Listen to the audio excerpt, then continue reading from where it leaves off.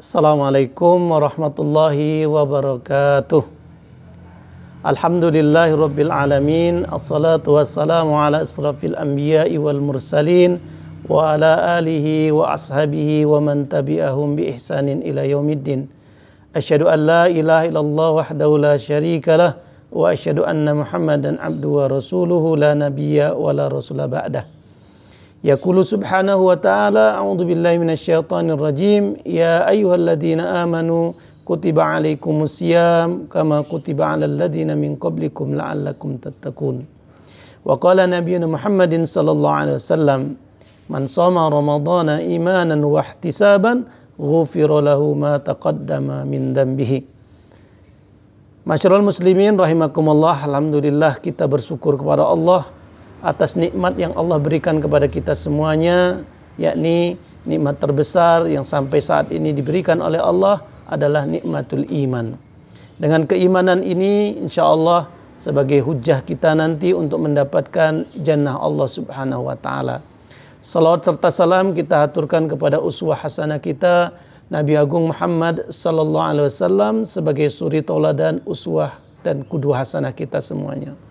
Ikhwani fillah rahimakumullah, tidak terasa kurang lebih 2 bulan lagi Ramadan akan datang.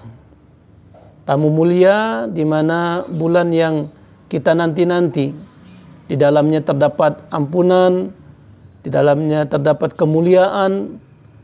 Siapapun yang mengetahui tentang kemuliaan Ramadan ini pasti menginginkan dan mengharap-harap bertemu dengan bulan Ramadan. Kenapa Allah subhanahu wa ta'ala memerintahkan hambanya berpuasa bulan Ramadan?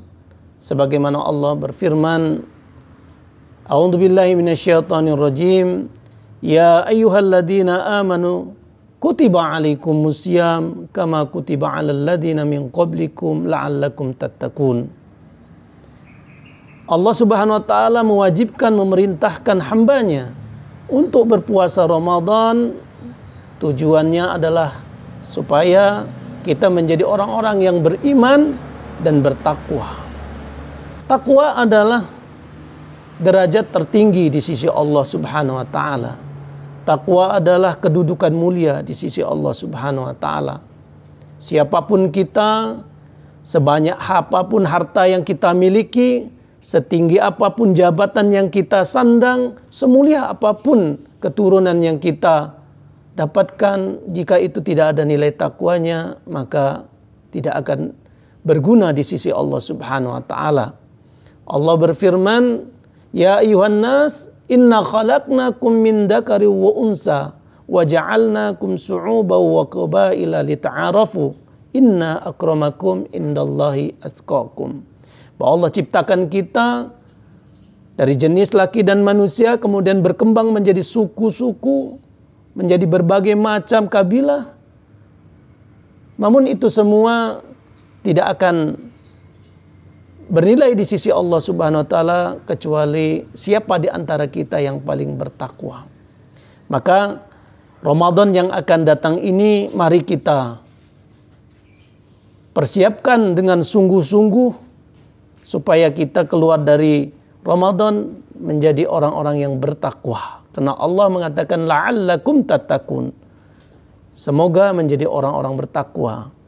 Maknanya tidak semua yang berpuasa nanti akan menjadi hamba-hamba yang bertakwa.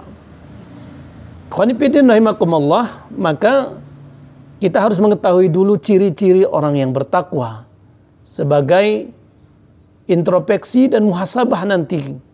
Setelah selesainya Ramadan, apakah ciri-ciri ini ada di dalam diri kita? Sebagaimana sahabat Ali Karomah Wajhah, sahabat Rasulullah sallallahu alaihi wasallam mengatakan, at-taqwa yang pertama adalah al-khawfu bil jalil.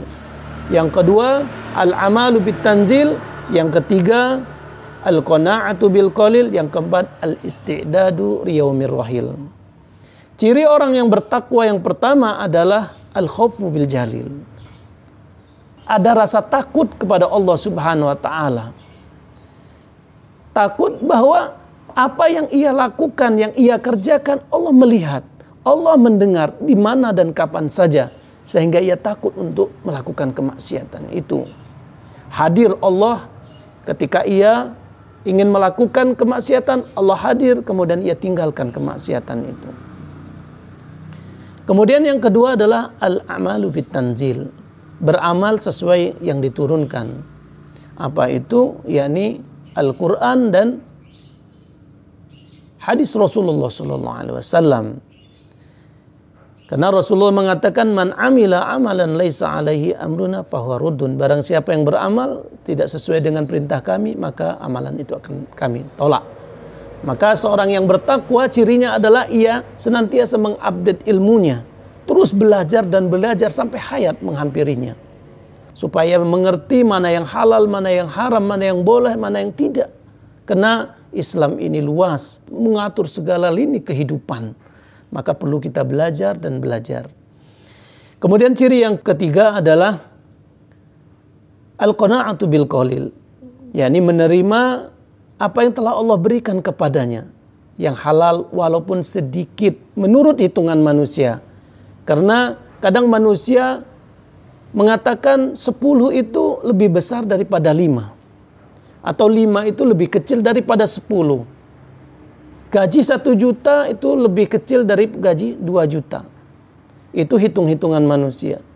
Namun jika apa yang kita dapatkan dari harta yang halal, dari cara yang halal, maka yang sedikit ini akan bisa memenuhi kebutuhan-kebutuhan kita. Allah akan barokahi harta-harta kita sehingga Allah selesaikan hajat-hajat kita, kebutuhan-kebutuhan hidup kita. Tidak banyak orang yang bergaji besar namun mereka hidupnya tidak bahagia dan banyak hutangnya. Kemudian yang terakhir, yang keempat adalah al-istidadu liyaumir rahil. Mempersiapkan bekal menuju perjalanan kepada Allah Subhanahu wa taala. Ikhwani fillah rahimakumullah, bahwa berjalan menuju Allah Subhanahu wa taala sangatlah panjang. Setidaknya ada 2 fase yang akan kita jalani, yang kita akan lalu. Yang pertama fase kematian, di mana kita setelah kematian nanti menunggu yaumul qiyamah begitu lama. Apabila bekal kita tidak cukup, kita akan menjadi orang-orang yang sengsara nanti di alam kubur, siksa demi siksa yang kita dapatkan. Namun apabila bekal kita cukup, kematian kita sampai nanti yaumul qiyamah tidaklah lama, hanya seperti tidur semalam saja, begitu singkat. Kemudian fase yang kedua nanti kita dikumpulkan di padang mahsyar, kemudian kita berdiri di situ, di mana satu harinya miqdaru khamsina al-fasanah, seperti 50.000 tahun di dunia ini. Sungguh lama. Namun jika kita memperbekali diri dengan cukup, ya 50.000 tahun kita berdiri di padang mahsyar itu tidak lama, singkat seperti kita sholat 2 rakaat saja. Maka dari itu, ikhwani fiddin rahimakumullah, mari kita persiapkan untuk Ramadan ini. Jangan kita sia-siakan. Sekarang kita di bulan Rajab, kemudian Sa'ban, kan kita masuk ke dalam Ramadan dalam keadaan siap melaksanakan apa-apa amalan-amalan yang akan kita lakukan di bulan Ramadan. Persiapan yang pertama adalah persiapkan ilmu. Mari kita belajar tentang apa itu Ramadan, amalan-amalan apa yang harus kita lakukan, apa yang harus kita tingkatkan di dalamnya. Kita terus belajar. Yang kedua, di bulan Rajab ini mari kita menahan diri dari perbuatan dosa-dosa. Kita jauhkan dosa-dosa baik kecil ataupun besar. Kemudian nanti di bulan Sa'ban kita melatih diri untuk beramal sebanyak mungkin. Kita lakukan, kita terbiah diri kita untuk melakukan amalan-amalan kebaikan sebanyak mungkin, supaya nanti di Ramadan kita terbiasa. Dan juga kita persiapkan di bulan Sa'ban nanti kita perbanyak berpuasa, ya, baik itu Senin Kemis atau puasa Daud atau Yaumul Bid. Ya, kalau kita tidak mampu untuk saum Senin Kamis atau Daud, ya setidaknya adalah kita Yaumul Bid, yakni puasa 3 hari di bulan itu, yakni tanggal 13, 14, 15 di bulan Sa'ban. Maka jemaah rahimakumullah, yang kemudian kita perlu persiapkan adalah di bulan Sa'ban ini, ya, kita pastikan kita kalau punya perselisihan kita selesaikan. Kalau kita punya